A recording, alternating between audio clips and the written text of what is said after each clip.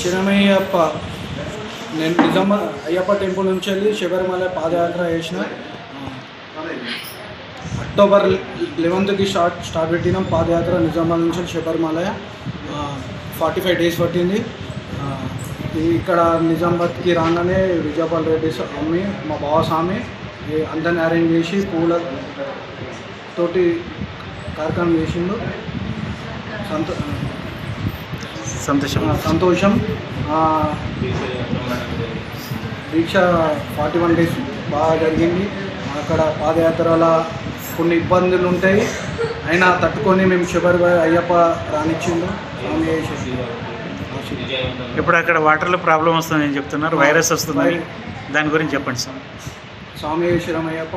పంబాల అంటే కొంతమంది స్నానం చేస్తున్నారు, వైరస్ ఉందని, కొంతమంది చేస్తలేరు. అంటే చేసేటవారు చేస్తున్నారు, చేయని వారు చేస్తలేరు స్వామి.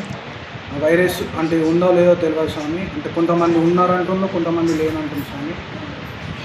ఇప్పుడు వెళ్ళే భక్తులకు మీరు ఏమని తెలియజేస్తున్నారు? అంటే వెళ్ళే బట్టి పంబ నుంచి వెళ్తే నాకు తెలిసిన వాటికి నేను ఒక 10 years సివిల్ వెళ్ళిన, చేసి వెళ్తేనే బాగుంటుంది స్వామి.